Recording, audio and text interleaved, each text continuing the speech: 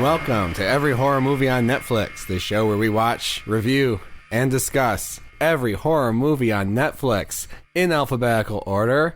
Back again this week, it's me, Chris, and also it's Patrick. Hello. And Steven. Hi. And back again, Allison. I'm back. Welcome back, Allison. Thank you. So good to see you here. I'm wearing camo for the occasion. You guys didn't even notice. I didn't. We're on a little camping trip. Mm-hmm. We're on a little camping trip this week. Because we've got cabin fever. We've got cabin fever. I feel like we're also in a camping trip because we got the door open tonight and the crickets are chirping. You probably won't hear it, but if you do, it'll add a little bit of ambiance. And I just got back from camping. This was the perfect movie. I literally watched this movie. Well, I think we can spoil it. We watched two movies for this episode. Oh, yeah. And I watched them both immediately after getting back from camping. It was kind of a surreal experience. I hope you should watch them before you went camping or while you were camping. If I watched them before I went camping, given some of the metaphors you might be able to read into this movie, I don't think I would have had a very positive experience. It wouldn't have turned out the same way. But yeah, fall has sprung and it is dark now, early on. The fall has sprung. I came up here in the dark, which is the first time I've come up here in the dark. And that means there's more time to watch horror movies. You also got here later than usual. And when you say you came up here, you mean to the spooky old house on a hill where I live. Right. I came up to Patrick's place in the dark, and it's unsettling. But I like this time of year. I'm glad it's dark early. I know some people like Patrick are psychopaths, and they watch horror movies at 2 p.m. in the afternoon with the sun coming through the curtains. Hey, no, I just watch horror movies at any time of the day. I just have so many horror movies to watch that I can't limit myself to just watching them at night. Well, you could at least get blackout curtains. You could at least get blackout I'll work curtains. on that, but I got a budget. But since we had so much time with the season change, we watched two movies this week: Cabin Fever and Cabin Fever. Please explain, Chris. Why did we watch two movies called Cabin Someone's Fever? probably saying that sounds like bullshit. It sounds like you watched one movie. No, there's two movies called Cabin Fever, and one is a remake of the other. One's from 2002, directed by Eli Roth, and one's from 2016, directed by some guy named Victor Z. No, Travis Z. Travis Z. I got confused with Victor Zubkov, who did 13 Cameras. Oh. Because this is the hot news I just received on my cell phone minutes from starting the show. 14 Cameras is out and available at the Redbox. At the Redbox? At What? the Redbox. Was 13 Cameras available at the Redbox? I don't know. So that's coming down the track. We know it's going to make it on Netflix eventually. Yeah. And I can't wait. I'm here for it. We may have been the first to break the news about 14 cameras on our 13 cameras episode. We may have been the only ones to break the news about 14 cameras. Well, to this day. Yeah. We did get the news from another site. I thought we'd been scrolling, you found it on IMDb or something, that the director had a new movie coming out called 14 Cameras. I don't know. But we weren't the first to report it. Do you guys do the numbered movies after Z? Is that the deal? No, those were at the beginning of our that's why we did covered those 13 already. cameras. We begin with Yeah. special characters, then numbers. Hashtag Yeah, horror. hashtag Or Wreck. and Wreck, which had square brackets around it. Oh. Yeah, 13 cameras. I'm starting to get some of the callbacks from last time. Oh, yeah. Yeah, We have a pretty deep we reference mythology. our past to an unnecessary degree. So it's two movies, and they're the same movie because they have the same script, basically. Oh my God. Minor alterations. Minor alterations to the script. No, get this. The script was reduced from 132 pages to 90 pages. Travis Z cut it down, but somehow his version of the movie is longer than longer. Eli Roth's. Well, Is it? a lot of it's Yeah. the Baffling. director vamping, I think. There's a lot, Yeah. he's trying to prove himself. This would be a great movie if you're a new director, you've only done shorts. You can take an existing franchise, put your own stamp on it. The script is already done. You already know what one director did with it. Why not do something completely different? I would argue he doesn't, but it's clear that he sort of, while he trims down scenes, kind of stretches them out a little bit. There's a lot of drone shots in this movie where they don't need to be. Shit like that. It feels longer. I had this thought that if you had a budget and you were going to make one film, presumably, see how it does, I get why you would take something that already exists and make it better, but he, in my opinion, and we'll get into this a bit more obviously later, but it wasn't necessarily better. It was a bit different. But that's what he blew his whole wad on. Blew the whole budget on this movie. Like, you could have just done whatever he wanted, and this is what you chose to do. Well, but the director didn't bankroll it. Eli Roth produced it, which is even more bizarre that Eli Roth decided to produce a remake of his own film, which just speaks to his own boundless egotism. Well, his career was kind of in the shitter at this point. I mean, he'd done Cabin Fever, he did Hostel. Did he direct Hostel too? Yeah. Also, I don't mean to flip everyone off right now. I'm counting in a really weird way. Directed Hostel 2, or at least wrote or produced it, and then nothing for a while. He acted in a couple of movies. He was in Inglourious Bastards.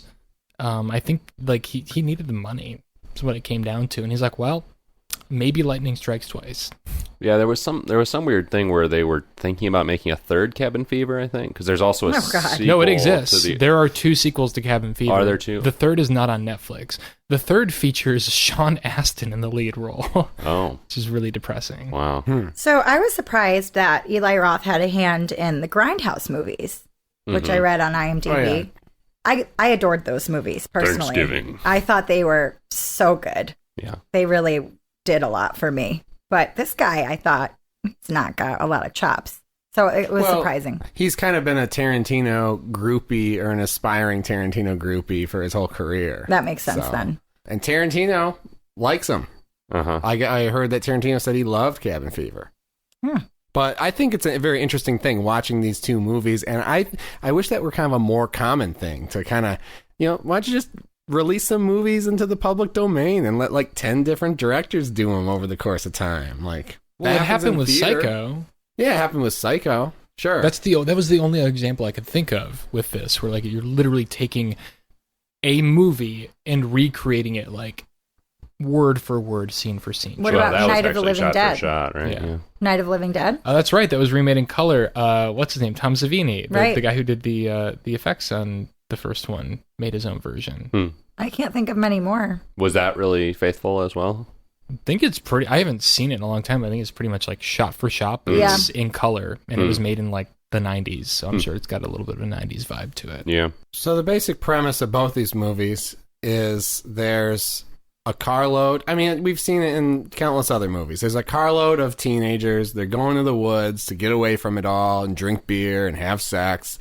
And shit hits the fan and everyone dies. Mm-hmm. Yep. I did not like these movies very much. I'll just come out and say that right now. But the one thing I did kind of like was just the basic premise. Flesh-eating virus? Interesting. Yeah. You're not being stalked by a fucking killer. There's not a witch coming after you, or not a evil spirit or something.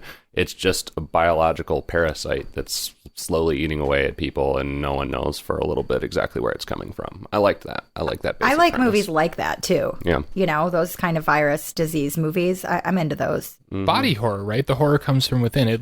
There were times when I thought, God damn, if David Cronenberg, well, he's done it already. That's the thing. It's a great universal fear that can be used as a metaphor in pretty much every era and still be relevant. It's just totally lacking in a compelling set of characters or setting. Mm-hmm. Yeah. Well, not just body horror, but the horror of just being sick, for me, is kind of what drives this and all the other sort of disease movies.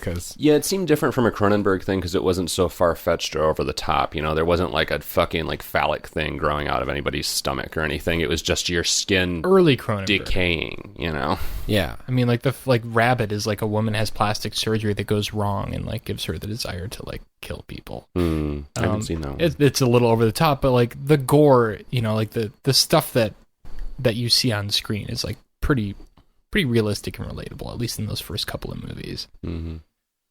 This one, I don't know. I don't know what it's like to be stalked by a chainsaw maniac, but I do know what it's like to be horribly sick and oh God, how do I get better? All I want to do is get better. Mm-hmm. And there's a couple characters who go through that in this movie, and it's pretty compelling. Well, with all the sex in this movie, too, I mean, it's if you've ever worried, and I'm pretty sure we all have, that you've had an STI, this movie, I think replicates that fear pretty well. There are certain, really effective scenes where I just thought, oh, God, what if that were to happen to me?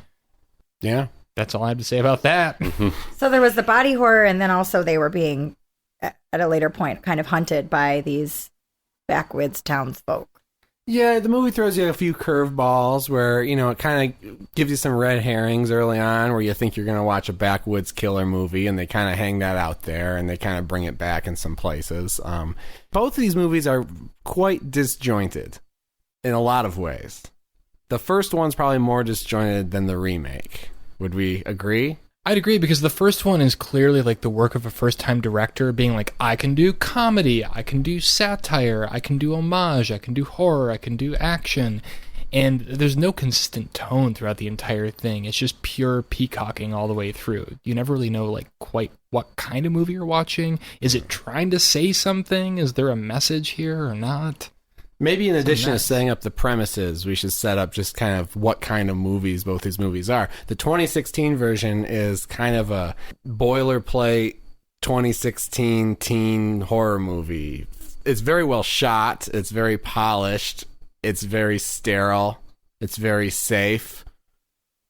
I guess it doesn't think it's as like funny or clever as the first one. No, there are moments though that we yeah. can get to where it's like it goes into like almost like Looney Tunes level comedy for a few seconds. But it is more consistent tonally, and it kind of has a sense of mood and a sense of dread that the first one doesn't really stick to. The original by Eli Roth is all over the map. Sometimes it's going for all out gore. Sometimes it's going for like screwball frat boy comedy.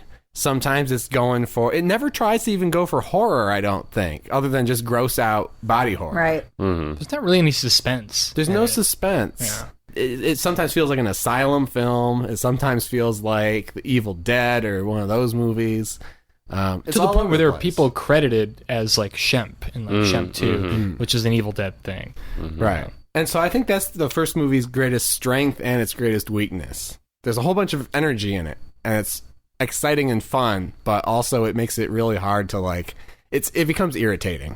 I would disagree with it being fun, and I would mostly disagree with it being exciting, but I think I see what you're trying to say. There's an energy to it. There's an energy to it. You can tell someone's here, and he's making his first movie, and he may or may not be 12 years old. Yeah, and he just thinks he's hot shit. Like, he's absorbed, all these horror movies that he thinks are awesome, and he thinks that he has channeled the power of, like, Sam Raimi and Romero and every other horror director that he loves into making, like, the ultimate debut horror film. And there's nothing wrong with trying that. There's nothing wrong with trying it, but the way that it comes across is so, like, I don't know. Yeah, I mean, you call people sociopaths all the time on the show, and I feel there's something that feels vaguely sociopathic about just how conceited the director's voice comes across in that movie.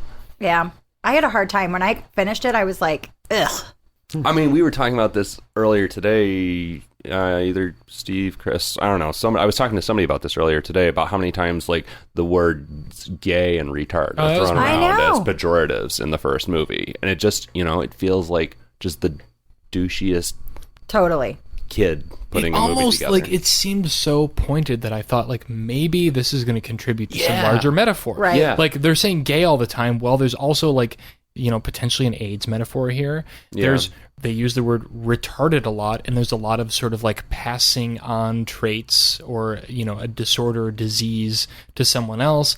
I thought like build something like that. But the thing with Eli Roth is he's all aesthetic, and he doesn't understand. There's not really a message behind any of his films. Or I thought, well, okay, maybe this is a way of telling us something about the characters. No, they're indistinguishable from each other, except that a couple of them are a little less predictable than the others, but still fairly predictable to us as people who've seen movies about teenagers in a cabin in the woods. It's all just so dumb. That was my problem with it. Yeah. It's just a dumb movie, and I don't even have a problem. I mean, the gay and retard stuff was pretty bad and jarring, and I share your feelings on that. But then, like, there's nothing wrong with making a movie that's just, like, ultra-violence and trying to be provocative, which is what he's trying to do, especially in horror. But it's so dumb. It's just dumb. I felt dumber after having watched this movie. I did too. Like, even if you're going to go for horror comedy, you can be smarter about it. Yeah. Like, You even develop South interesting Park would do this characters. in a funnier, more intelligent way. Oh, yeah. All kinds of people could do it in a funnier and more intelligent way. I try to see the good, and I don't want to say every movie because some movies are just inherently like just stupid. This one I was really trying. And like I said, I finished it and I was like, I did some thinking on it and I was like, I just thought it was dumb. I really thought it was dumb. And I did feel dumber having watched it. I mean, I was especially... I didn't do that much thinking about it in the end because the very ending of this movie is so... I mean, we'll talk about this, I think, in the spoiler room was the consensus, but it was so fucking misguided and just... God damn it, it's so fucking stupid. I hated it. Yeah. There were a lot of things I liked in the movie. I have to use the word heart. I don't know if that's the right word for a movie that's made by someone who's maybe a Has psychopath. no heart. But, and I'm talking about Eli Roth's movie. And this is Eli Roth's movie. The characters are distinct, even though they're all two-dimensional caricatures. And there's a loosey-goosey sense of comedy. I thought it might be like mumblecore or something, or improvisational comedy. Until we been a found while out since by you said watching the mumblecore. 2016 movie that it was all scripted because most of the same lines are intact in that. Verbatim. And that's something that doesn't work in the second movie, because the first movie has these scenes where there's some dumb comedy and stuff, and you know, some of it's funny, some of it works, and the characters seem to be kind of ad-libbing it, and they're comedic actors. The other movie just tries to be dreadful the whole time, but it still has these like... That was dreadful, all right. Are the characters really distinct, though? I would Oh, argue yeah. they're In not. the I mean, First there's one. the one... I think so. I don't know. I mean, the only one that stands out to me is the dumb one with the Bert. gun. Yeah, is that his name? Bert? Yeah, I guess he's who came to mind when you asked that question. Yeah. So maybe they're not. Other than that, there's like two douchey dudes and two girls. There's They're like two people- couples, right? Yeah. So And then there's kind of the fifth wheel. Something that came up, I watched both of these movies within 24 hours with my boyfriend Brad, and we kept talking about, one, Ryder Strong is in the first movie. Anybody who's a Yes. Boy Meets World fan or grew up on it, it was interesting to see how he aged. Sean. Dad haircut not working out so well for him. We kept talking about, like, Wait, who is he? he was Sean in Boy Meets World. He was Heartthrob. No, I mean, like, who is he in Cabin Fever? I didn't He's watch the Boy Meets World. virginal good guy. Yeah, Oh, okay. arguably the lead if you Paul. had to choose one. If you want a name. Yeah, okay. But we kept falling back on the attractiveness of the characters in both movies and comparing them like to each other within each movie, and then by the time we watched the second movie, like, oh, he's hotter than the equivalent of that, or she's, whatever. And I realized, like, while we were doing this, like, yeah, we're having fun, but like, there's nothing else to talk about. That's why we're focusing on the superficial while watching these damn things. Totally. There's not a lot of depth. These I characters did the same have thing. nothing going on for them for me to care about them. So if I'm going to stay entertained, I might as well just compare, like, whose tits are bigger, who's got better, abs. I mean, and I think hate that's to watch what a Eli movie- was going for. Probably. I mean, especially with the women, I'm sure. Yeah, if you have been listening to this show and you hear us when we're being the woke police complaining about the male gaze, and you want to know what the male gaze is, The woke police. just watch Cabin Fever. Yeah. It was pretty It was exploitative. directed by the male gaze, Exactly. personified. But I guess we might as well just kind of run through the characters, because they're distinct, but they're not compelling, because they're archetypes. You have whoever the hell you're just talking about from Boy Meets World, and he plays he ostensibly has a good heart, but we'll talk about that later. Yeah. He plays the kind of virginal, like, Single guy. sensitive guy who's like has the crush from fourth grade he's trying to get with. Which was such a fucking stupid, I guess, subplot character trait, because he vocalizes to her his interest in her, and then at first it seems like she's going to be like, that's fucking weird, you're being a weirdo. But no, she just tells him a story about someone else who she's known for a long time, who kissed her one time. Toby Brown. Which was weird. Toby Brown, is that his name? Allison is on point with the names here. Well, I have a reason for remembering that, but go on. Okay. So she tells him a story about Toby Brown who kissed her, and it was gross and weird, but then she kisses him, and that all happens super early in the movie, and it's all resolved in like 45 seconds. Yeah. Right. The lovelorn stuff, that plot's resolved, and so then you expect that there's going to be drama once everyone starts dying, that there's going to be some, he wants to save his new girlfriend that he's loved since fourth grade. That hardly ever even plays into it either. No. So, yeah, horrible waste. So you got those two characters, and she doesn't really have any traits. She's just kind of the blonde, Pretty blonde. that's pined for. And then you have, someone who's portrayed as a I guess she's supposed to be the hottie or the promiscuous one or whatever. And then you have the guy who's drunk and a clown. Yeah, because the pretty blonde girl who kisses the dude who asks her about, like, his crush on her isn't hot or promiscuous. Like, they're the same character. Yeah. Right, but one gets all, like, the brunette is in nudity. a relationship. I think that's the difference between them, right? Oh. The brunette is in a relationship with the guy. Right. Yeah. So they have a stronger bond, quote unquote. That doesn't make them any more distinct from each other to me. It doesn't, but it's, you know. And then you have the fifth guy who's the, alleged hottie's boyfriend, who is he's not shown as a jock, but he's kind of the jock archetype. He's like kind of rich, preppy guy who's too good for the rest of them. And that's it. You saying that, I cannot honestly remember what he looked like. Well, I watched like, this movie we yesterday. We did watch 2 movies where he was played by 2 different actors. He's got I don't long remember blonde either. hair. I don't remember what any of them him. look Okay. like. Cute. got it, Yeah, yeah. he's like a pretty boy. And that's another thing about the first movie, because the characters are more physically distinct in the first movie. Yeah, that's true. Well, also that character totally fucking. I thought this actually, or maybe Brad said this. We were watching one of them. Any one of these characters could have been like left behind at the convenience store at the beginning and come back at the end, and you wouldn't have realized they were missing the entire time. Probably, And yeah. one of the characters does disappear for a long time, and when he reemerged, I just like thought I was gonna throw my fucking drink on the floor because I forgot he was in the movie. I mean, it is archetypes. I mean, but that's classic horror movie shit. It reminded me of The Cabin in the Woods, which, of course, Cabin in the Woods is referencing this movie and a zillion others like it. But even Cabin in the Woods does a way better job of creating individual characters of each of those 5 archetypes. Sure. And yeah, Cabin in the Woods, I hadn't seen these Cabin Fever movies before, but I had seen Cabin in the Woods, and I was shocked watching Cabin Fever at how much, because I watched Cabin in the Woods, I thought it was mostly riffing off of like Evil Dead, but it seems like it's ripping off of this movie. I thought the same thing. And More it hadn't than occurred anything. to me. I've been watching the whole Friday the 13th franchise, and those movies also follow. I mean, like the Harbinger shit, like the creepy old dude at the gas station, that's right from Friday the 13th. And probably there's something even before that Friday the 13th ripped off. I mean, these are all just like tropes that are just run rampant throughout horror. Well, we're getting mired in talking about our thoughts about the movie and the characters, not really describing much of anything that happens in them. Let's talk about the Harbinger and the first Cabin Fever. Right? Okay. I liked all those characters too. I thought they were distinct in the 2002 movie. Yeah, it is kind of, it's not just one particular character. I'm not saying that. Dennis is the biting kid. Yeah, Dennis, I know. Dennis, man, we're gonna have to save that for the spoiler room. But Dennis has a scene that I've seen this movie before. I remember, God, it was 2002, so I was 14. I don't know how I saw it, but I saw it, and I remember it being on the cover of Fangoria. And I looked it up the other day to make sure I was right. It's a picture of like a woman with half her face eaten off, and I was like, I've got to see that movie. That looks gnarly. Yeah. But I remember seeing this movie in that scene with Dennis being the one thing that stood out to me. Yeah, because it's so fucking weird and surreal. It means nothing to the whole fucking movie. No, not at all. But anyway, in the beginning, these characters, after they sort of like, peel away in their fucking shitty Bronco, like O.J. Simpson out of college. It's a Chevy Blazer. Oh, is it? I'm sorry.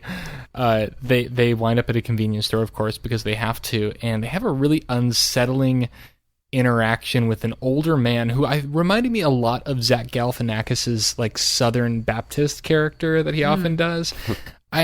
This is extremely problematic. I think we should probably just roll the clip. Right? That seems like can a we good play some audio compromise. and then we can discuss it afterward? Sure. Okay. So, what's the fox urine for? Oh, that's for foxes. What's the rifle for? Oh, that's for niggers. I remember even as a 14-year-old thinking, one, that's really unsettling, and two, like, that's just wrong. Like, I hope there's some kind of payoff to that, and they're not just going to leave us hanging with that line. To, like, throw that word out in a movie like this. It's just this. a shock, and it's... I mean... Well, and it's something, again, that seems like it might be trying to tell us something about the character or the environment that you're in right now. Sure. But even at this point in the movie, you can already tell it's not going to be that kind of movie, and so it lands in a way where you're just like, oh, yeah, that was fucked up. There was no reason for that to happen. You can already tell that this movie's just kind of playing it for dumb comedy. Yeah. And I wouldn't even say comedy. I mean, it is deeply unsettling if you just take it at face value. But like, again, like you just said, we already know what kind of movie this is going to be.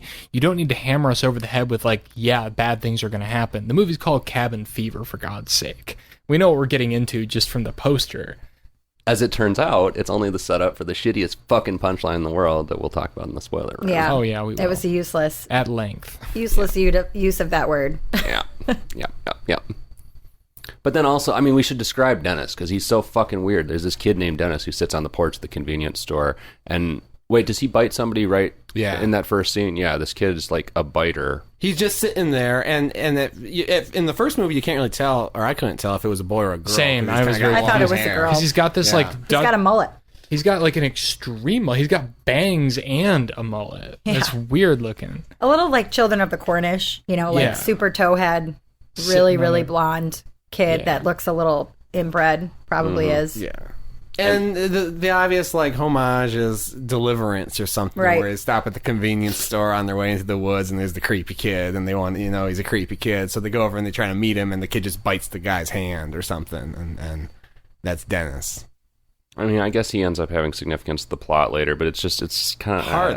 So I wouldn't say weird, significance. I would say he surreal. comes back and does something, but I wouldn't say it's. Well, I'm not going to fault the movie for that. You want to have a movie called Cabin Fever where batshit stuff's happening, and you want to have a little kid outside a convenience store who just bites people, and it's fun, whatever. Fucking It do just kind of adds to the hodgepodge effect of the movie, though, because that doesn't really seem to, you know, because you think that has something to do with what's about to happen. That Dennis is afflicted by something, but no, he's actually fine. Yeah, it's a huge hodgepodge, and even the remake keeps that in.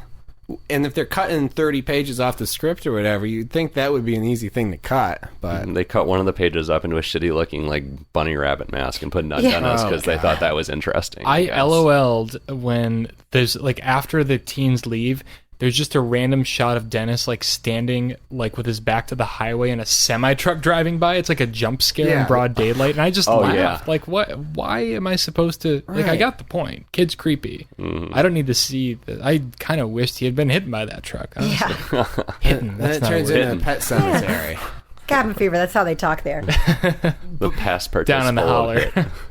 Yeah, the second movie kind of alienated me early on because they're trying really hard to like build spooks and jump scares and like forcing it into the script of the first movie. It does my least favorite thing in the world. This is one of my biggest pet peeves is when you have like just, you know, somebody's like sitting in the truck and their friend like taps them on the shoulder and it's accompanied by like a, you know, like a musical jump scare. God, you fucking the hate shit that. out of me. Yeah, Oh, the sorry, Steven. musical elements, and I don't know, I think it was the first one. I watched a little bit of it with my boyfriend who's a percussionist, and there were a couple of uses, really weird uses of a gong or percussion, other percussion instruments, and we both look at each other like, what the fuck was the point of that gong? Like, Yeah. That's it was so forced. amazing perspective. Yeah. Speaking of music, guys, I don't mean to interrupt, but I don't know if anybody else noticed this in the credits, but one of David Lynch's go-to composers, Angelo yes. Badalamenti, did music for the Yes. first movie.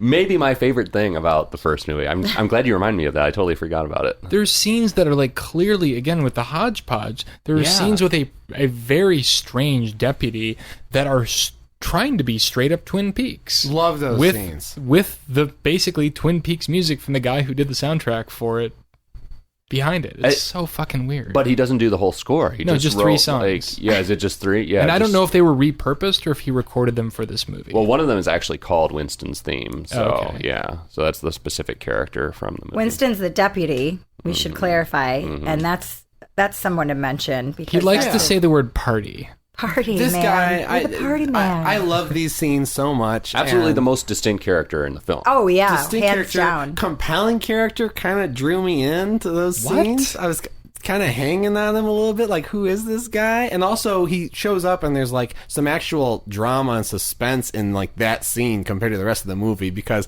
by this point in the movie, they've already like essentially murdered a backwoods guy on accident. They're trying to get back home, and the cops show up, and they're like, "Uh-oh, where are we going to get out of this police officer?" And then that character was so distinct that they actually did a 180 on that character for the remake and cast a woman instead. God damn it. I would say made zero sense. Oh my god. Her delivering those lines with the way she was dressed and that fake fucking scar under her eye, It was didn't. unnerving. I liked it. This is the kind of thing that, this is why I wish people would remake movies more often, because you see this kind of thing in like theater where someone's like, I'm going to set Romeo and Juliet in Compton, or they're like, I'm going to, gender reverse Othello or something, and they do it that way. Yes. Yeah, I agree with you. We're not talking about great theater. He's giving me this face that says he doesn't agree with It's a me. fucking Eli Roth movie. No. Point taken. I agree that I love when people reinterpret material like that. Shakespeare, a reinterpretation of Shakespeare in an interesting way is fascinating to me. But we're talking about a movie that was fucking shitty in the first place, and the director of the remake didn't do anything significantly creatively different with his remake. And his big change is, I'm going to make Winston a hot blonde chick this time. Again, it just spoke to the director being essentially a moron. Maybe not a sociopath, but a moron.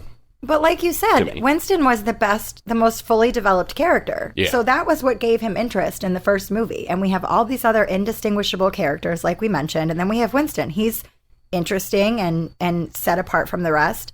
So I was looking forward to seeing the Winston of, the recreation. Yeah. And I was so fucking disappointed. Oh. Right, thing about because Winston- it's done to no actual effect. It doesn't improve upon the original, and there's Right. no actual reason to make it a hot blonde chick. Well, here's the thing. Unless it was the chick from Reno 911, which I fully would have supported. I imagined her a couple of times. Me too. watching it. Yeah, I was fully so disappointed funny. when it wasn't her. Like, who's this bitch?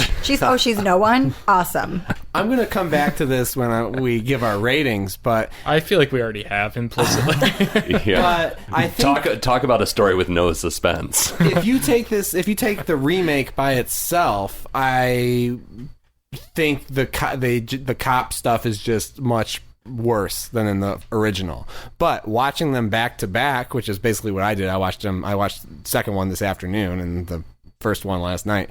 I enjoyed the variety, and I liked how they kept largely the same script, and they somehow made the scene feel completely different with the woman and the way she delivered the lines. And I'm actually going to play a clip. We're going to hear Winston the man, and we're going to hear Winston the woman delivering some of the same dialogue in the same scene, and you'll get an idea what I'm talking about. I like it. We were terrified. We didn't know what to do. That's why we went to look for help today. Hey, man. in case somebody... I told you. All right, I'm gonna make a report. Don't worry about it. He ain't gonna come back, man. Looks like you guys scared him away pretty good. I ain't gonna let him ruin your fun, all right? Well, thank you. Because I'll tell you, my friend's inside right now, and she's pretty freaked out. She wants to go home. We all kind of do. You got a lady friend, huh?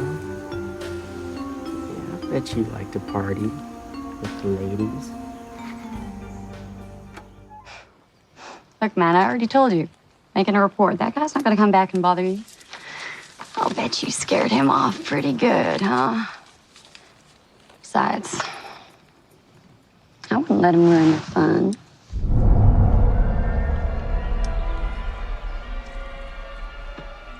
Thanks, because my friend's inside and she's pretty upset about the whole thing. She wants to go home. We all do. Lady friend, huh? I'll bet you like to party. I'll bet you like to party with the ladies. Okay. A couple of people here at this table have said that Winston is the most fully developed character. I would say no, he's the most idiosyncratic character in this movie. He's not developed at all, and there's no suspense in the scene. There should be a lot of suspense in the scene where he comes and visits the cabin. I could never get a sense of whether or not he truly understood that a crime may have been committed or that there's something nefarious going on. I never got a sense that, like, he was posing any kind of threat on the campers. He just wants to party, man. He shows up, he's totally fucking stoned out of his mind, oblivious to everything going on. Sure, there's a little suspense in thinking that, our characters are going to be found out for having killed someone. But beyond that, this guy, he shows up, he sees nothing, he does nothing, and then at the moment where he should come back in the movie, which I guess we could maybe say for the spoiler room, where he's supposed to help out, he still does nothing. There's no reason for him to be there. You could excise him from the film entirely and nothing would change. It's another dead end that we're kind of all talking about, Yeah. I think. Yeah. Yeah, I certainly would not say most well developed. I said most distinct. He's the most interesting. You know, he shows up and you expect a certain thing. You know, we talk about archetypes and you expect a certain thing of a police officer who shows up in this situation, and your expectations are reversed in an interesting way. And it is sort of Lynchian, like you said before, Steve. You know, because David Lynch's universe is full of characters, sort of archetypes, who are not exactly what you're expecting. And this character certainly fits that bill. So certainly most interesting, but not well-rounded in any way. He's like, he would have fit in well at, like, you know, the last third of, like, season 2 of Twin Peaks, where, like, we all stopped caring, and it's like, whatever, just lay it on me. I don't know. Be as weird as you want to be. Well, this movie stopped caring about that shit, like, early on. Dude. Oh, man, I just had a fucking... aneurysm? Stroke, yeah. Are you okay? No, I just envisioned a buddy cop movie with Winston and David Duchovny's cross-dressing FBI agent from Twin Peaks. I want to see that. Write that. I want to see Winston from 2002 Cabin Fever and Winston from 2016 Cabin Fever in a buddy comedy. Totally.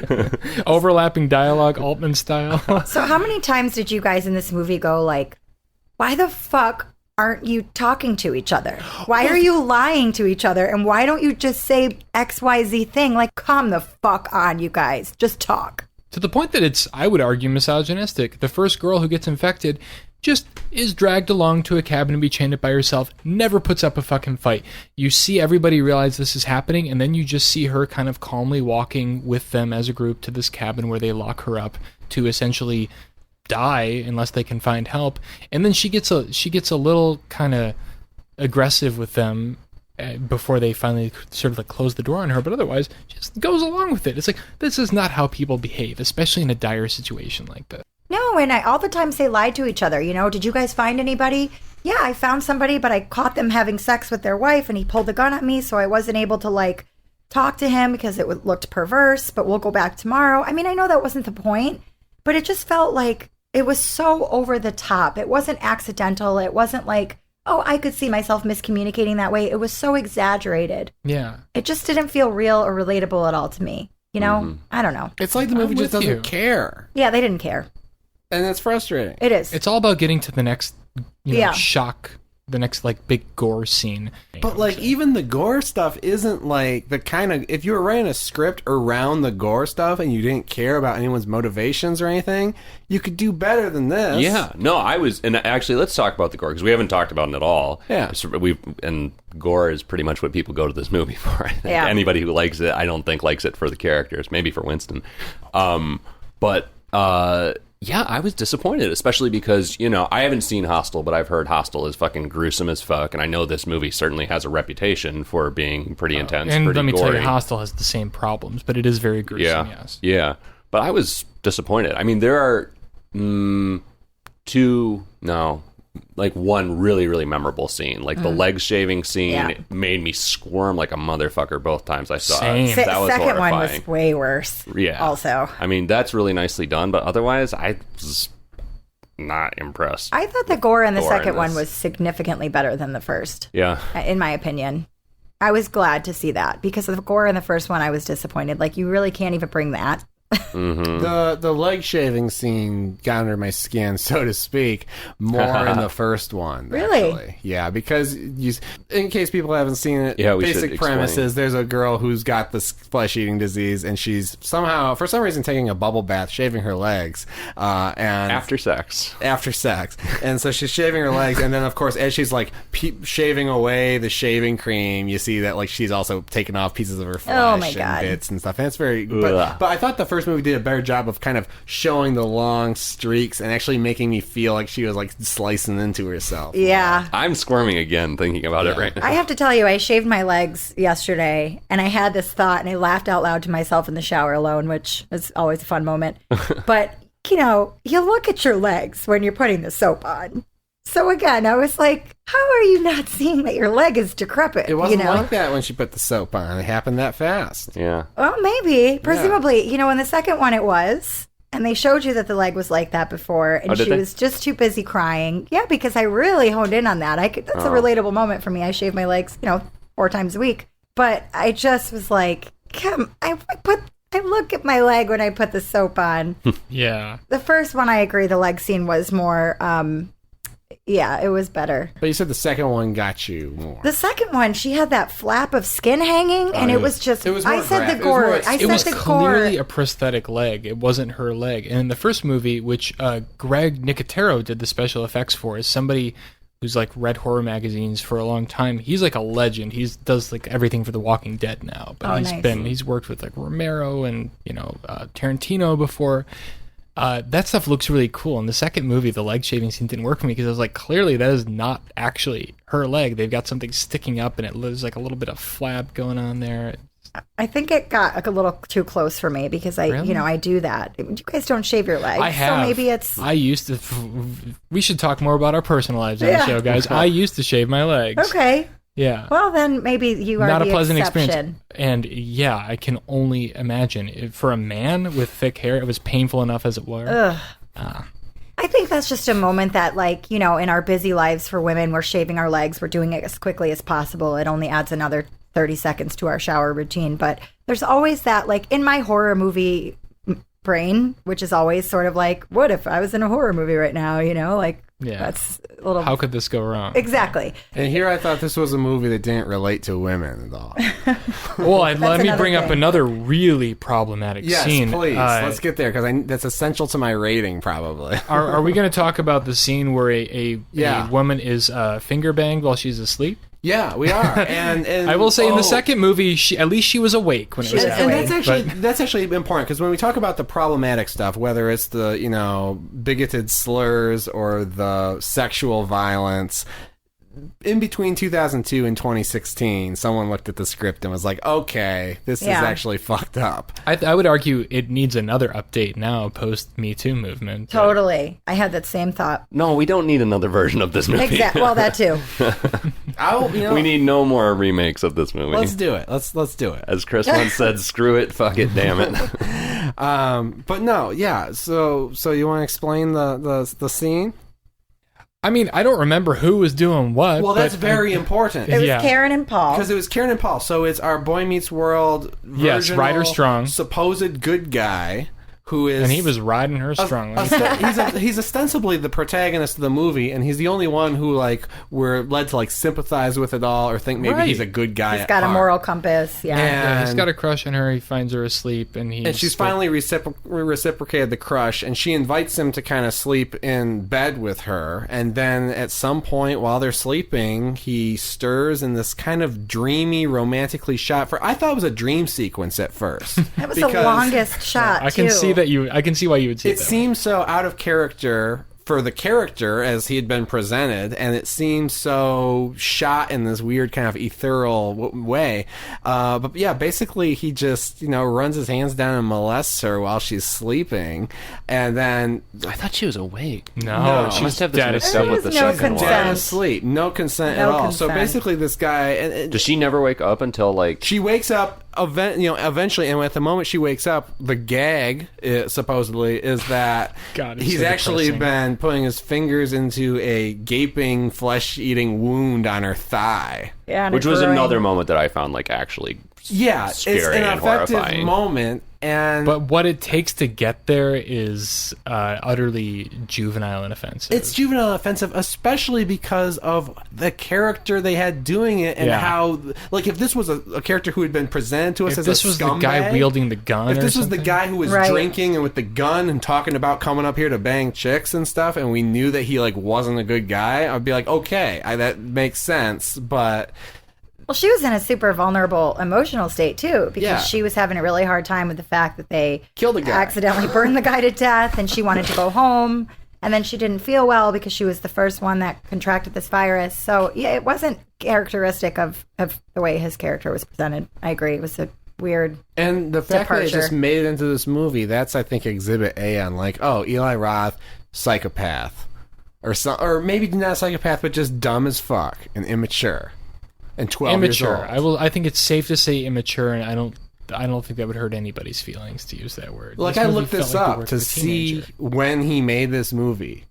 And he was like, he wrote it in his mid-20s while he was working for Howard Stern, which is probably informative. Ooh, I didn't know that. Yeah. That makes a lot of sense. what did he do for Howard Stern? He was an assistant on Private Parts, and I think if I read the Wikipedia correctly, he did something in Howard Stern's studio, but I'm not sure. Private Parts movie I saw. Can we look up when that came out? I think it was 94 or something. 94. However old I was, 8, 9, I saw it when it came out on video. That's also informative. Probably explains everything you need to know about me. Thanks, Mom. Hi, Steve's mom. But yeah, no, but he wrote this in his mid-20s, and then he actually shot it like when he was like 30 or something like that. I'm like, by the time you're 30, you should have a little more humanity. You know better. You should probably have some fresh scripts to work on as well if you're like, hey man, I've been working on Pizza Face Killer for like 6 years. I mean, I say this also having like 2 scripts I've been working on for 10 fucking years. But Chris and I are still deep in production of our horror film for the past 3 years. Yeah, it's like 1/3 shot. You know, David Lynch made Eraserhead over a period of 5 years. Dude, that is how I make myself feel better about There's literally a scene where the lapse in production on our film. There's a scene where it's inspiring. There's a scene where Jack Nance gets into an elevator, and I think it's like, I can't remember. It's like at least a year later when it cuts to him getting off the elevator. Like, it's craziness. So you guys can finish your movie. It's fine. Thank you. Try not to age too much more. Oh, yeah, I know. It's getting rough. Were you guys able to figure out how everyone contracted the virus? Because I found that a little bit challenging, too. Oh, it gets tricky, but the water's the main thing. Well, right, but like, there's a moment where each of them where you go, oh, Karen's fucked, Paul's fucked, and then Marcy's fucked, you know? And I was like, I still don't. I can't conjure images of these people as you're saying them. Yeah, no, me neither. I mean, that's I'm glad you remember them. Like, though. you know, you talk about the scene, the finger banging scene, and I didn't react to it in the same way because the movie had given me so little to go on. I didn't know enough about Paul's character for that even to feel out of character to me. I was just like, okay, this is one of the douchey dudes. You know. You have to get kind what of Chris means, though. Yeah, they give you an archetype, and they kind of, in my mind, rely on your knowledge of that archetype to kind of. Yeah, he hasn't behaved heinously so far, and he does seem to fill the archetype of sort of like the virginal is the perfect word for it. The virginal hero, and then it's shocking when he does this. It'd be shocking if anyone did it, but it's especially shocking because you're expecting like this to be a moment of like catharsis for him, that he's finally getting a girl, and he does it in just the worst possible way. Well, then how about later in the movie when he like fucks the other guy's girlfriend? Yes. Like, what? It's like the worst porno script in the world. Is he a surrogate for Eli Roth? Yeah. We should also mention Eli Roth cameos in this movie as himself, ostensibly. Oh, God, I forgot about that. Soul patch and all. Oh, I was so worried that he was going to show up again in the same role in the 2016 one. Wait, he's in it somewhere, isn't he? Can someone tell me where he was in the first movie? Oh, I missed it. He played the bowling alley employee. Did he? I thought he played the guy with the dog. He plays both. Oh, I didn't even notice him as the guy with the dog. Yeah, he's like the douchey, like hippie-ass guy with the dog that has the giant bag of weed. Grim. Which, who carries around that much weed? He was hilarious. Grim. Yeah. That's Eli Roth. Grim also, like, one of the few characters in this movie who actually registers in any way, but also then means fucking nothing. But he's a cartoon caricature of it, of like a douchebag hippie, to the point where it almost makes you feel like the filmmaker who made the movie and acts as that character, like, thinks that kind of guy is cool. Like the doesn't like the realize that it's a X joke Games to guy. us. Hey, anyone who like carries around 1.5 pounds of weed is pretty cool. A friend indeed. I thought Grimm's character in the first movie was way cooler than Grimm's character in the second movie. Oh, yeah. I was also anticipating what Grimm would be like, and I was like, what the fuck? This sucks. Imagine if they had just like, they had the money to do it. Same movie, the remake's exactly the same, but for Grimm, he comes out of the woods, it's like Martin Sheen. I don't know about that. Just like one like A-list maybe actor Charlie or Sheen. something like Charlie inserted Sheen. into that Maybe role. Emilio Estevez. We're gonna go a tier lower. So there were a lot of dogs. Dogs were kind of a big thing in this movie. I don't know if we want to get into that, but I love dogs. So this was hard for you. I mean, there were a couple points where I was like, I don't care if everyone dies, just don't hurt the dog. No, Steven hates when animals die. How many fucking movies? I said this aloud while watching the first Cabin Fever. How many movies have we seen now where there is a dog that is either already dead or is brutally murdered in the first 60 seconds? We can add this one to the list. Right. And the thing is, it doesn't do anything for me. It's for no effect. It's kind of just a plot device. I don't have a problem with killing dogs. Let me mention The Conjuring, James Wan. Great movie. I saw it in the theater on a weekend with a general audience. And within the first 10 minutes of that movie, the family moves into a new house and they bring along with them a little dog that's very cute. And the dog's on the porch, like, yapping and wagging its tail. And, like, the whole audience, which has been, like, a dirtbag audience, like, whispering and talking and stuff, they all, like, were riveted. We're like, ah, and, like, this movie had the whole audience in the palm of their hands when that dog showed up on screen. And then, of course, 2 scenes later, the dog dies, not graphically, but it's just found dead. Like, you know, something has killed the dog, and we don't know what. And, like, that got the whole audience, and it got everyone into the movie, and it got them spooked. Isn't that funny? Great use of a dog in that People really movie. like dogs more than humans, I would argue. Right. It's a great way to I remember noting this. God, I'm going to sound so fucking pretentious, and none of you are going to know what this movie is, but Vittorio De Sica's, he did The Bicycle Thieves, Umberto D. is a great movie. Everyone should see it. I think it's a great lesson in human nature.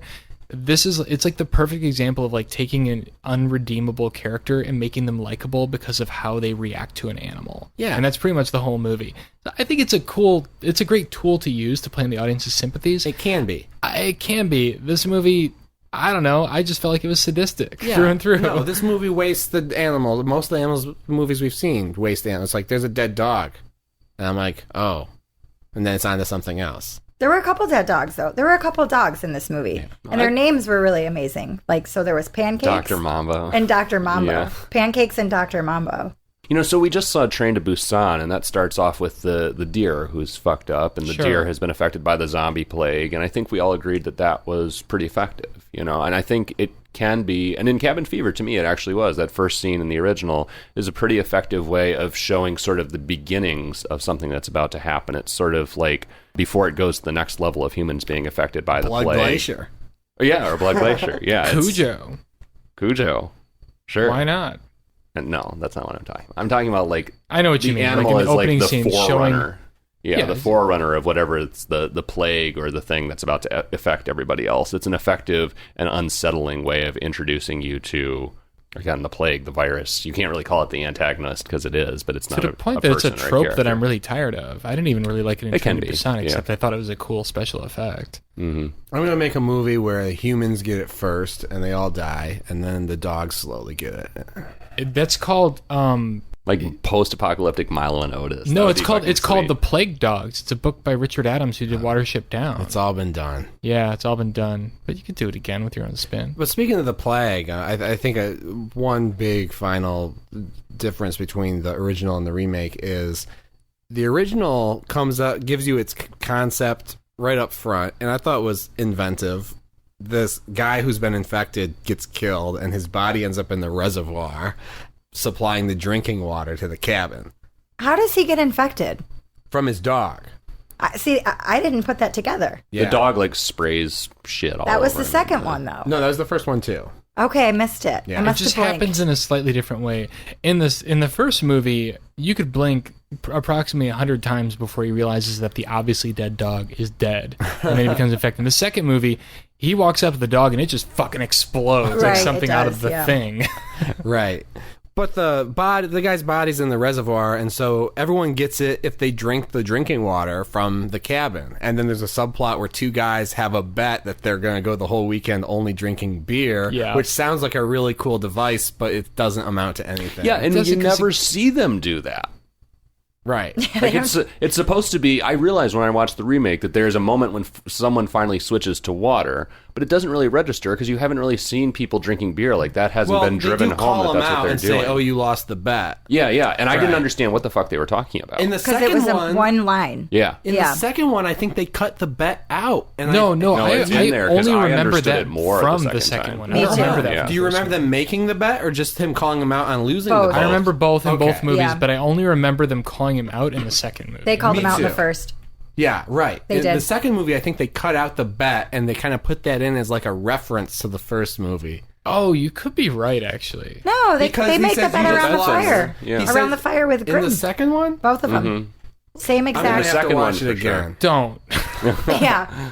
But anyway, the first movie has all this suspense because the audience knows it's in the water. It's the whole Hitchcock bomb under the bed thing. There's a lot of play with like pouring glasses of water but like not drinking it and stuff like that. And it's fun, and it's a great kind of suspense device. The second movie everything happens the same way, but except you don't know there's a dead body in the reservoir until like the very end of the movie.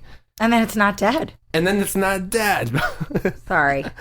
Spoilers. He's not dead. But lots of mystery and suspense missing from the second movie just because they made that weird change for what? I don't know. It's like not a good twist that there's a guy in the reservoir after you've already drank all the water. Well, in the second movie, it's not even a reservoir. It's a fucking lake or pond or something. It's like, what? There's a sign that says it's a reservoir. And it's that called, really bothered me, too. Isn't it called Crystal Lake, by the way? Ooh. And isn't that the same as the fucking lake? That is the Friday the 13th Yeah. thing, but I didn't hear that in I didn't this hear movie. Crystal Lake either. I'm gonna look. I'm surprised it wasn't called or maybe it was Clear Dog's Lake. Reservoir. Wow. Taking some time to sink in because, we know Eli is a Tarantino wannabe. Can we talk about one of my favorite differences in one of the quotes? Absolutely. So I referenced this a little bit earlier. When Karen, the blonde, who is sought after by Sean, his character's name is Sean in Boy Meets World, but his name is Paul in the movie. Sean Paul. She's telling a story about how this guy, Toby Brown. Do you remember Toby Brown? And in the first movie, Paul goes, yeah, the guy with the CDs. She said, yeah, he tried to kiss me and it was gross. The guy with the CDs. I like that. The guy with the CDs. In the second movie, writing. do you know Toby Brown? Yeah, the guy with OCD.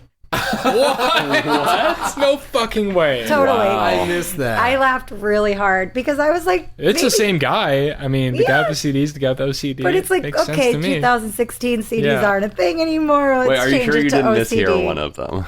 I potentially did, but I watched both with the subtitles, so I was like trying to be sure. But I'm going to go with that they modernized Toby Brown's Well, that ailment. changes the story. Like, Not really. It was just like a weak ass attempt to go like, well, that doesn't really make sense anymore. Well, and in this We'll in give the him OCD remake, now. there's the fucking guy who's like obsessed with video games, and he mentions Minecraft, and I'm like pretty sure by 2016 Minecraft was like on the decline. You wouldn't be like upset that you couldn't play Minecraft if you were in a cabin. yeah, probably not. But it's just a lot of like weird attempts in the rewriting of it to make it more relevant, and it still feels just as dated in 2016 as the original did in 2002. You know what I mean? Like the 2002 script feels like it was written in like 1998. The 2016 script feels like it was written in like 2012. Yeah, Totally. Yeah. it's behind the times.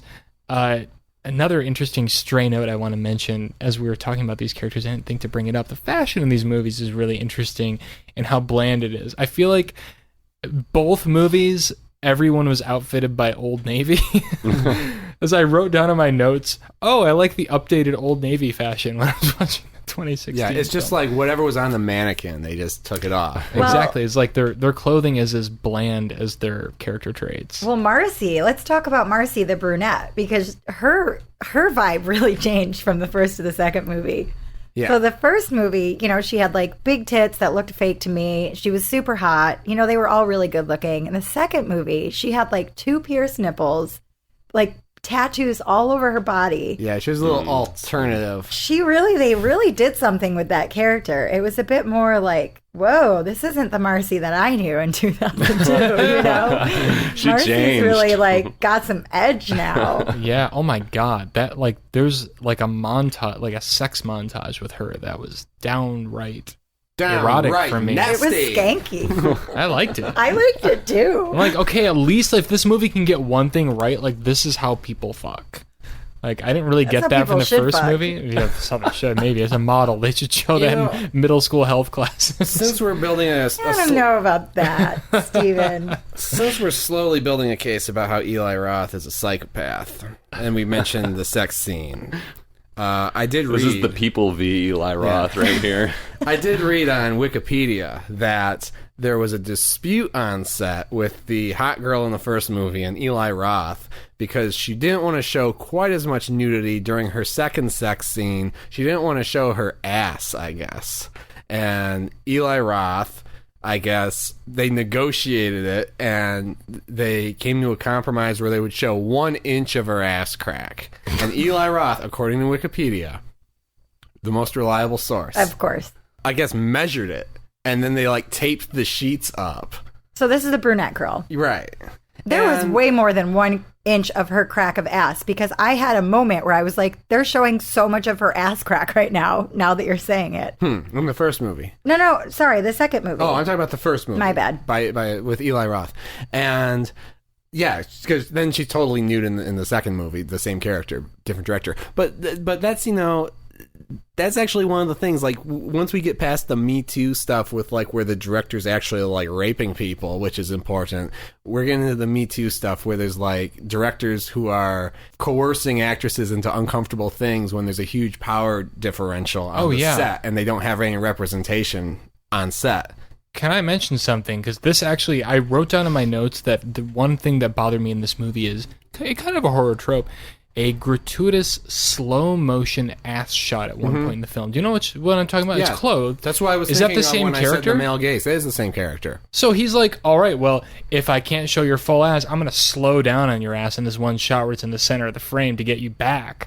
If that was a deliberate choice for that reason... It had to be. Maybe not for that reason, but it was a deliberate choice because there's no other slow motion the entire movie. And it is really weird. Yeah. I remember that scene.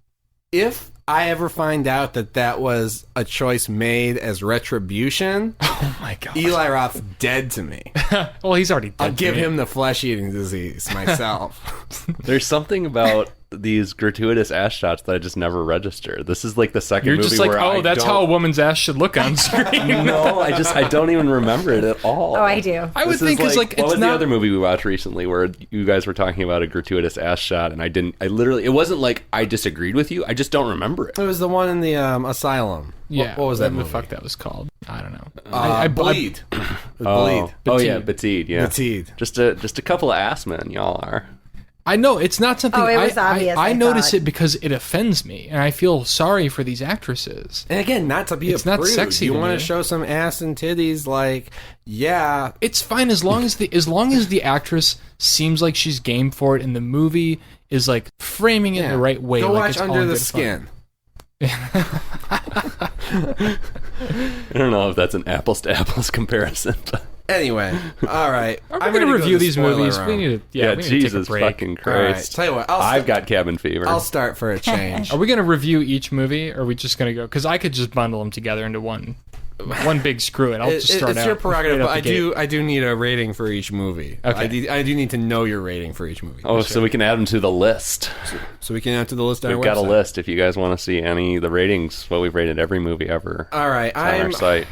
I'm actually super, super torn on the first one. Are you Rip Torn? Is Rip Torn still alive? I think so. Hope so. Let me tell you, I'll give the remake a screw it right off the bat. Just because it has everything I disliked about the first movie and nothing that I liked about the first movie. The first movie, I'm deliberating so much, I guess I have to give it a cue it, sadly. Don't be ashamed. There's got to be something between a cue it and a screw it, I feel. I wish we could adjust the ratings. But here's the mind blower. The double bill, both of them together in the same night even, I give that a view it. Wow. What? Because watching both of these movies back to back was a very interesting experience for me. Totally agree. And for someone who's interested in movie making and what makes a movie work and what makes it don't work, very interesting experience. I would recommend anyone watch them both together. But apart, I would probably not recommend them watch it. Are you sure you don't want to say that again? You said what makes it work and what makes it don't work. Who cares? We know what he meant. I'm good. Oh, okay. You know what? Sometimes I don't talk good. Me talk pretty someday. I don't know. Is that good enough? Is that... Yeah, totally. I'm going out on a limb with that cue it. I like it. I want to screw it just on principle. No, I like that you're being honest and forgiving. Yeah, but if you're listening, you know how I feel about this movie. So, anyway, Patrick. And screw the fuck out of both of them. I mean, I might have sort of deliberated over the first one if not for that shitty fucking ending that we will get to eventually that is just so fucking wrong in so many ways. Other than that, it's a very, excluding that, which pissed me the fuck off, it's still a really mediocre, haphazard movie made by a guy who thinks he's the shit and is not. The second one actually offended me less but is still not good, and I couldn't recommend it to anyone. I guess I can sort of... Are we also rating the experience of watching them back-to-back as well? Are It's we doing optional. that? You don't need to. I mean, I guess I can kind of endorse that. It's an interesting exercise. It's been an interesting discussion. It was interesting for me to compare them, but they both fucking suck. Steven. Screw them both for different reasons. I mean, I wish I give my hardest screw it of any film I think that we've seen so far in our journey to the remake of Cabin Fever, because it is one of the most cynical films I've ever seen. It's absolutely appalling to me that a studio could, or that a director stepping into the producer's chair could make such an obvious and lazy cash grab. Just taking the same fucking script, barely updating it, making a movie, trying to sell you the same piece of shit twice. Like it's a sin in my book. Watch and the first film, yeah, Eli Roth is a douchebag. It's got great gore, but it doesn't have the script or the ideas to support it. I would say screw it. Don't even bother with it.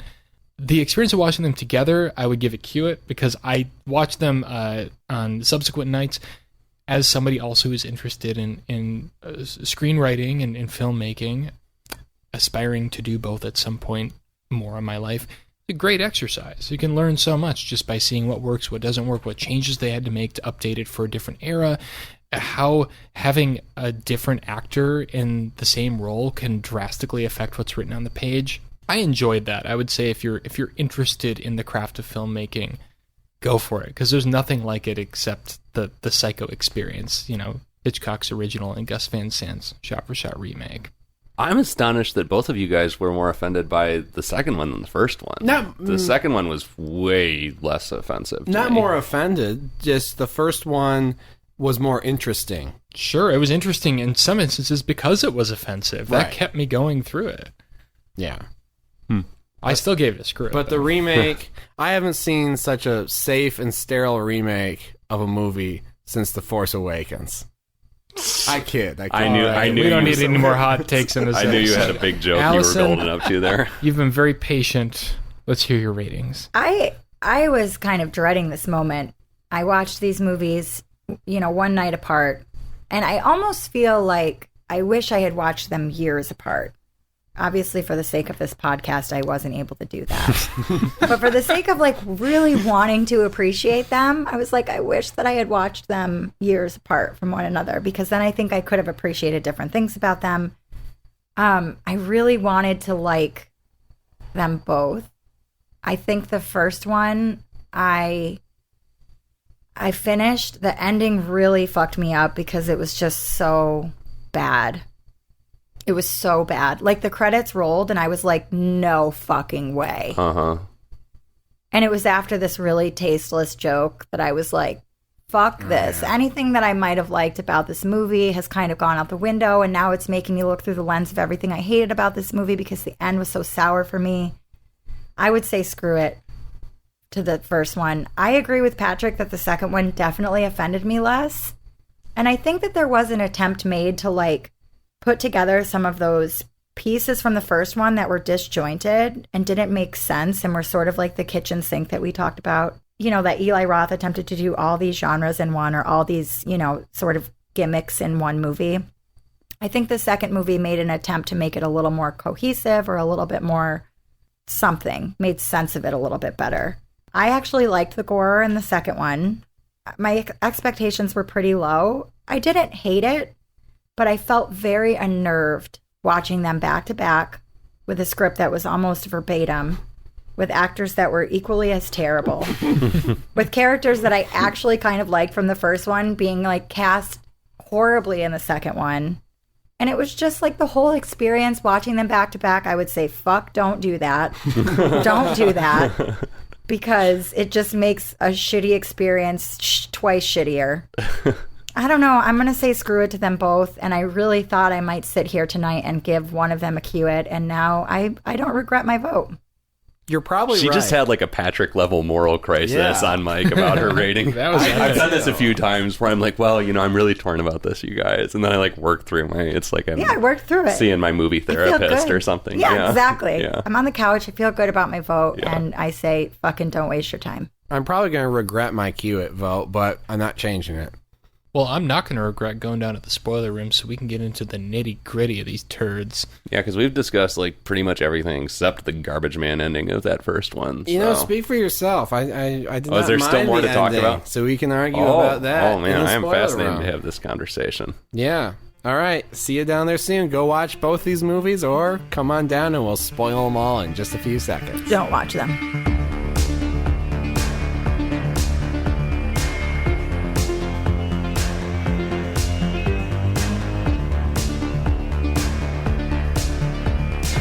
Welcome back. We're in the spoiler room now, talking about not one, but two cabin fevers. What the hell happens in these movies that pissed you guys off so much? I mean, let's launch right into it. There's no time to waste here. We begin the first cabin fever with, a line that we played earlier. I'm not going to rehash it. It's very unsettling. You wonder. Inflammatory. Unlike cucumber, which is anti-inflammatory. I love cucumber. This is the and opposite celery. of cucumber. Yeah, cucumber, spinach. It's more like a pickle. Give me that. My nipples look great after I eat spinach and cucumber. It's a line that you kind of expect that there's got to be some. Wait, what? Yeah, it's. Why are your nipples? Did you just say your nipples look great when you eat spinach and Yeah, cucumber? it keeps me from like retaining water and getting puffy in my whole body. Oh, yeah. So your nipples are more taut, one might say, after you eat spinach and You cucumber. can describe it how you want. Anyway, Steven. Yeah, go ahead, Steven. Yeah, I wouldn't say that in that opening scene you expect any kind of payoff to that line, but I think it is so inflammatory that one has to wonder what's going on in this town beyond, like, how do these characters who seem to be sort of racist and threatening tie into the larger narrative? Mm-hmm. Like, there's no reason for this guy to say this or for us as an audience to hear this unless there's going to be some kind of ramification of that. Cut to the end. Anybody want to describe the last, 60 seconds of the original Cabin Fever? Yeah, so we get to the end. Everybody's basically dead. One of the generic male characters, who appears to be the only survivor, gets gunned down by the cops as he, proudly walks out of the house proclaiming that he's been the only survivor. And then we get back to the Hicks at the general store. And just a tacked on scene, kind of. Yeah. And I guess it's because they're all now drinking contaminated water, right? Lemonade. Yeah, they're drinking lemonade that some little kids have made, and they're selling it to the police officers and the people outside the convenience store. And then an SUV rolls up with a few black people in it, and there's just the most generic hip hop track is playing as they roll up. And they walk into the store, and one of the black guys is like, "Oh, do you have the thing for us or whatever?" And the guy takes down the gun before that he referenced in the earlier line. He's like, "Oh yeah, here you go." And we can play the clip of what he says to them. Here you go, all polished and everything. Isn't that a beauty? Look at that, honey. It looks like it's brand new. Yeah, well, man. Hi, my niggas. How are you? What's up, nigga? What you doing? Where you been, man? Where you been? Snap. I can't do it like y'all. Never get no better. And so the whole joke is that he doesn't know how to pronounce this word. And this is the final bit. This is the big punchline. Okay, we're sending you out here. And then we've got the black people and the rednecks all standing around listening to hillbilly banjo picking music. And that is the end of the movie.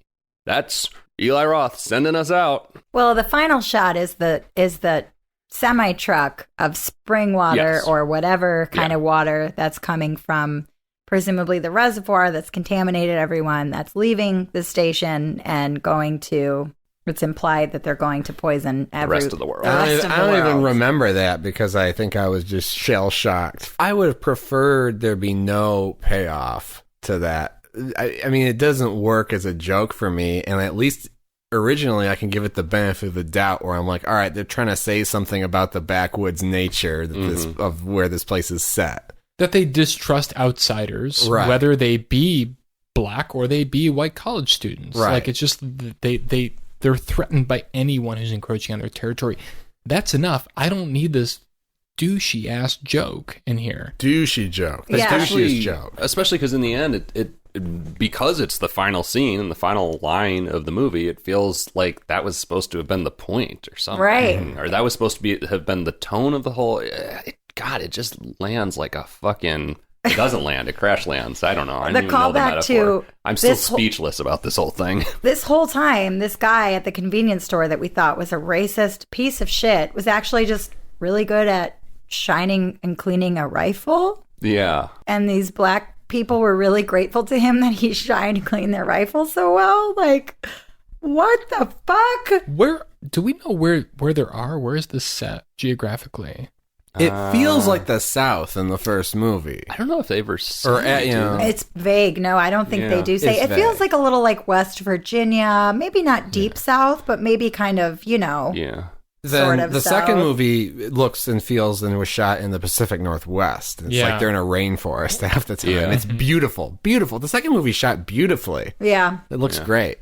Looks like an X-File could take place there at night. It does. But yeah, this was so bad. And need I remind you that Eli Roth, of course, is the same man who decided 2018 was a good time to bring back Death Wish. Jesus Oh, God, I Christ. forgot that he directed that. With old-ass white man Bruce Willis doing vigilante justice with the barrel of a gun in the city streets. How is Eli Roth even still a thing? Well, and Allison reminded us today that he's got this new AMC series coming out where apparently he's now an authority on the history of horror. And he's and yet he's demonstrated no mastery of the form in his 20-year career so far. He just directed a movie called The House with the Clock in Its Walls. Which is top of the box office, I think Steven said. Super top of the box office this past weekend. He directed that movie. Yeah, That's not a horror movie, though. It's children's... It's based on like a kind of a gothic children's novel, and he's turned it into more of a... It looks like, especially because Jack Black is in it, to me it looks more like it's in the vein of like the Goosebumps movie. But apparently there are horror elements. Well, I'll have to go see it and see if he's sending any he's still psychopathic kicking. signals to children. Don't give him any more of your money. Maybe he's grown. I don't know. People can change. Yeah, but But I mean, between he just made 2002 Death Wish. Yeah. Yeah, I don't know. People don't change that fast. Between 2002 and 2016, he didn't change that much. No. So I thought the part, and I guess this is also in that part of the ending that y'all hated, was just kind of what happens when our like lone survivor sort of gets away from the camp and reunites back with Officer Winston and everything that comes out of that. Did you guys dislike that? Because I actually liked that stuff. I think I liked the first interpretation a little bit better when he was admitted to the hospital. Ah, yes. I liked agree. So what happens is our main character, sort of, our virginal guy who's from Boy Meets World and his equivalent in the second movie, they both end up reuniting with Officer Winston, who is like... Partying it up, man. Yeah, partying it up, man. At this like roadside, little like they're having a little bonfire, drinking some beers, playing some music. Long story short, he ends up going to, in the first movie, he ends up going to the hospital, and kind of the movie turns into like a 70s paranoia film, kind of, where there's like the hospital staff and the police department are like, we got to keep this under wraps. And they launch a conspiracy to like kill him and kill all his friends and burn all their bodies and erase all trace that this catastrophe ever happened. And that's pretty much what they do in the first movie. And then the second movie dumbs it down a lot, where they just kind of send our hero out into the woods to get lost and die. And then they go and they shoot the one surviving friend at the thing. But I like the way the first movie did it. And it was disjointed as all hell. But it was so disjointed. It was another moment where you're like, this is going to be an important moment that's going to turn into something that will make other things make sense. And it was, all of 3 minutes long. It went nowhere, which is, the anthem for the whole movie. Just thanks for that. Had a random fucking like rabbit furry in the hospital in the first one. Did you catch that? No. Oh, he was sort of hallucinating. Yeah, that's how I read it, which may have been a Shining reference. I don't know. Ooh. There is a Shining reference in the second movie, because when they're driving to the campsite, they're kind of following the car, and they're actually playing, I think, the same music, or at least a very close ripoff of the same music from when they're driving to the hotel at the beginning score. of yeah, the Shining. That might have been one of the Badalamenti pieces. Yeah, kind of ripping that off. I don't know. But they're full of references. Yeah. Both of these movies. Obviously, the second one is full of references to the first one, including scenes that would help the remake make more sense if it had just not referenced them and just let things play out as they had in the original. Yeah. The ending to the second one is fucking weird, too, because there's this last-minute jump scare where Dennis pops back up in the middle of the woods, and that's basically the end of the movie. Yeah, that was something else. Because Dennis, who's presumably contracted this virus by biting the guy who had the virus. I mean, because thank God they decided not to replicate the whole racial humor, I guess I'll use that term extremely loosely, of the first movie. That whole thing got cut for the second one, thankfully. Yeah. But then they just have this really silly last-minute jump scare with Dennis. And it's weird because they lead Paul, right, that guy character, out into the woods, basically. In lieu of the officer shooting him, she leads him out into the woods where he's never going to find his way out. And you're like, well, that's a horrifying way to die. That's, pretty fucked up. But then Dennis is there. So I'm like, well, if Dennis can find this spot, it must not be too far off the beaten path.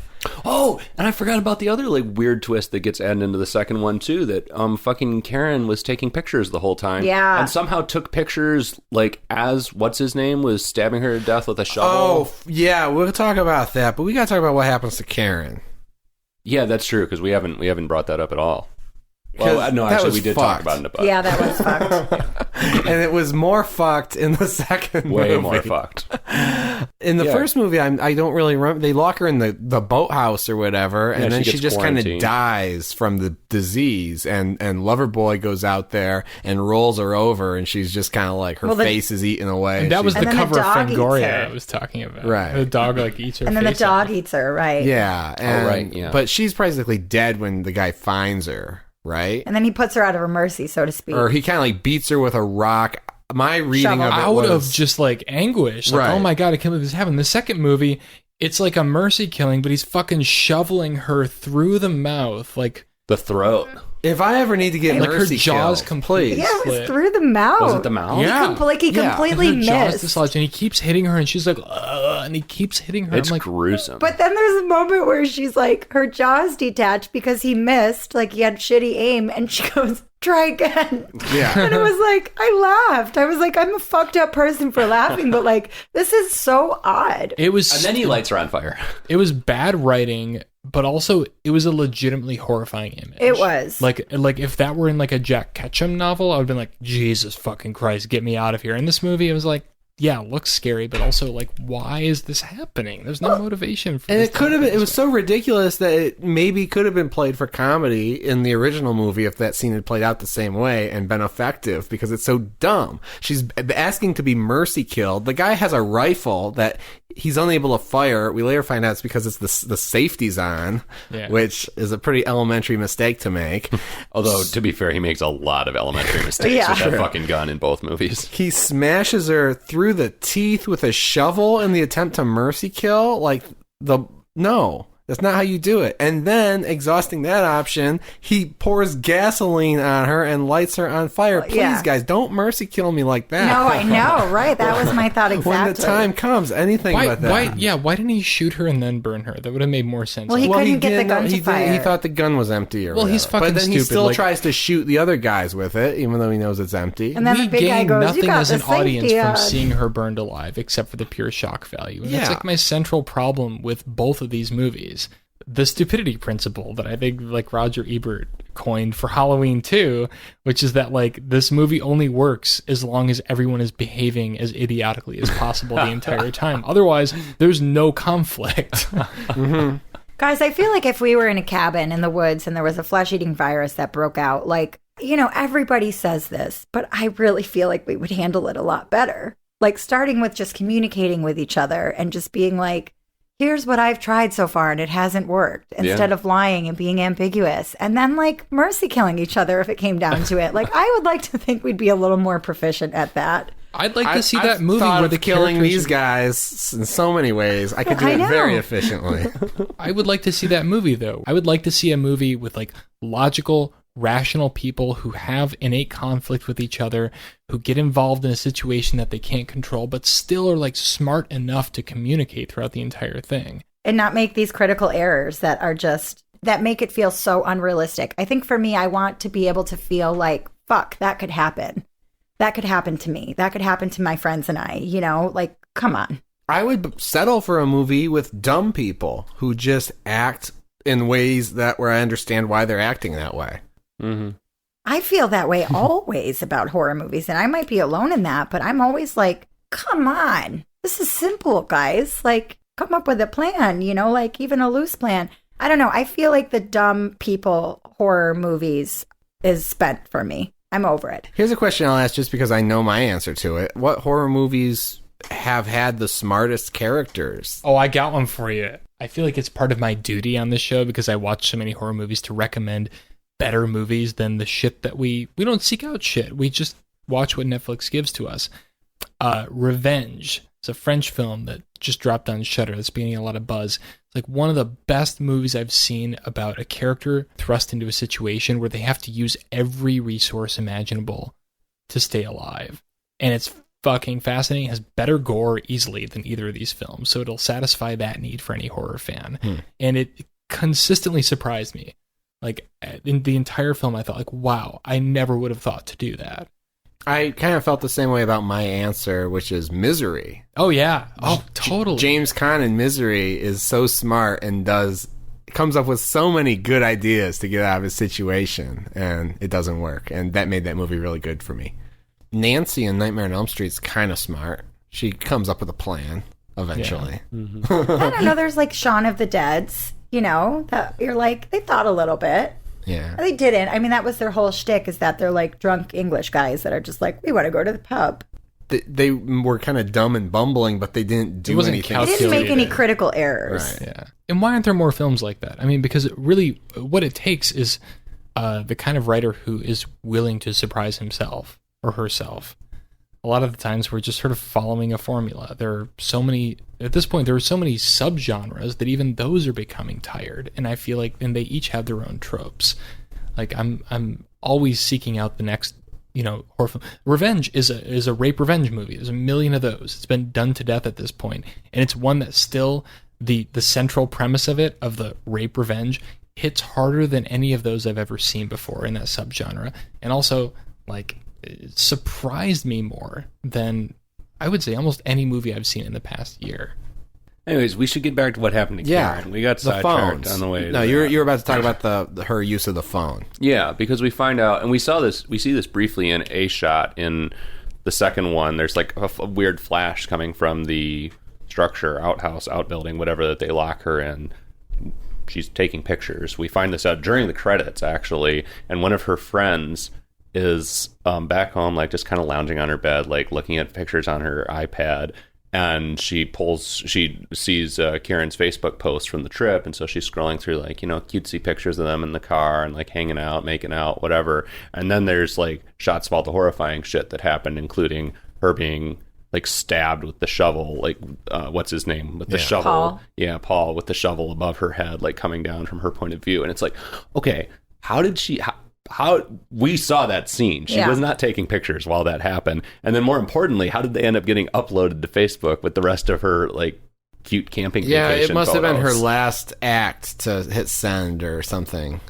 We didn't see her taking You those did see her photos. taking photos early in the movie. They kind of set it up, and she's earlier, like, I don't have service. It'll But I take a can still while. post I can things. still post, But in those crucial moments, knows? we don't see her taking any photos. Right. Like, it's clearly not something that happened. Yeah. It's such a weird twist that has no real setup to it. I mean, there is setup, but not It's for the kinda most dumb. important parts of it. It was a flimsy attempt to modernize the movie from 2002, in my opinion. And to add some kind of fresh twist to the end. It was interesting that there were no phones in the 2002 version. That's kind of before everyone had a cell phone in their pocket. Sure. I mean, that's not a credit to the film. That's just the world that it was made in. Right. And not a lot of phones in the remake either. Well, they do the traditional thing where it's like, oh, I don't have any service here. And that's how they dismiss phones. Right. My favorite way of circumventing that trope, I was reading, I know I let Patrick borrow this, and it's probably been done elsewhere, but there's a comic called Winnebago Graveyard, and it's like a family going on a vacation in old-fashioned Winnebago, like trying to have a sort of classic camping trip. And their parents are like sick of their kids being on social media. The parents themselves are sick of having to like read work email all the time. So they're like, no cell phones. Like, turn them off.